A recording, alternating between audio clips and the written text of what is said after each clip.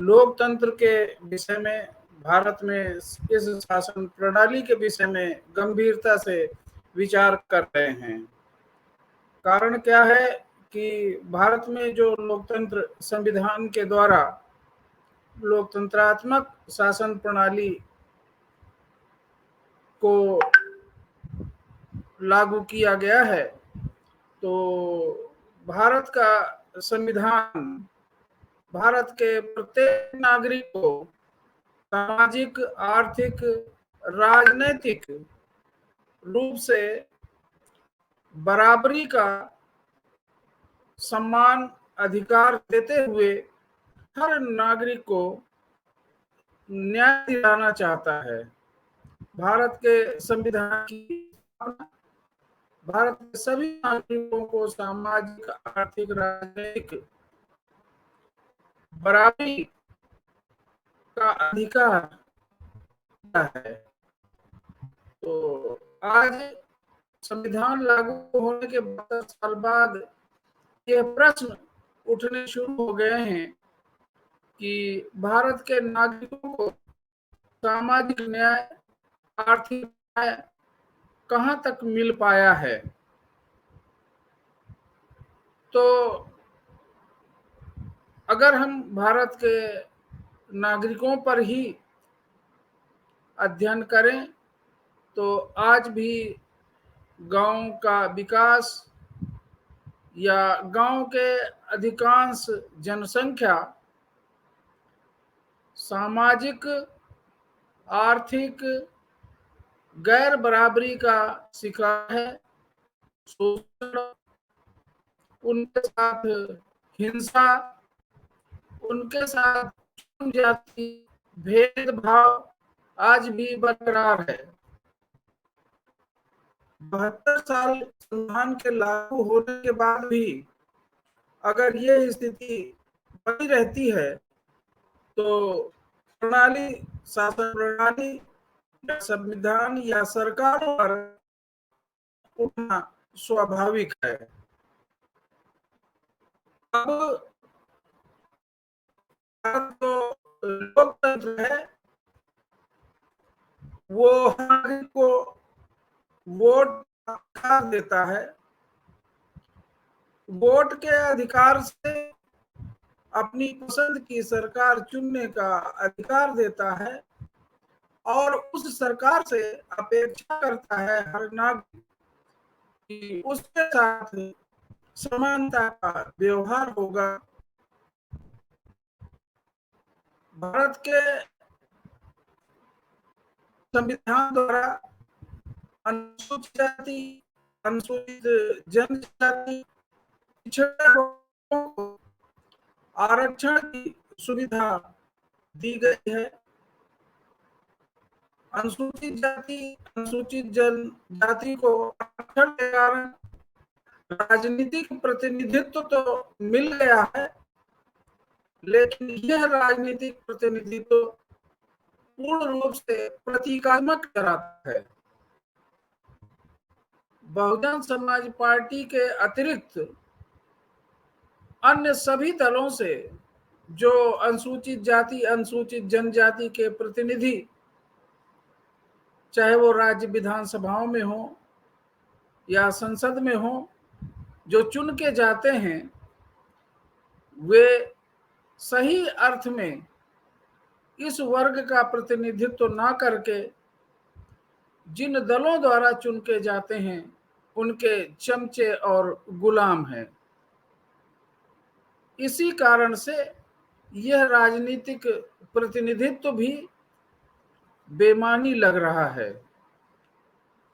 संविधान द्वारा अनुसूचित जाति, जनजाति, पिछड़े वर्गों को आरक्षण आर्थिक सुधार के लिए, आर्थिक स्थिति में बदलाव के लिए आरक्षण की सुविधा की गई है, लेकिन यह आरक्षण आजादी के 75 साल के बाद भी पूर्णतः लागू नहीं हो सका है और 2014 के बाद तो धीरे धीरे नौकरियों में, अन्य सभी जगह में यह आरक्षण समाप्त सा होता दिख रहा है।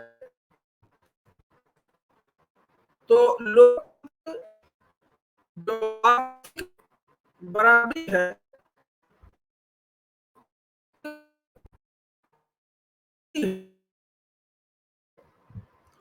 वो सामाजिक पर ही निर्भर करती है, क्योंकि भारत में प्राकृतिक संसाधनों का विभाजन, बंटवारा सामाजिक स्थिति के आधार पे हुआ है। अगर यह सामाजिक स्थिति या गैर बराबरी समाज में मौजूद रहती है तो आर्थिक बराबरी की भी उम्मीद करना बेमानी है। आज लोकतंत्र की स्थिति पर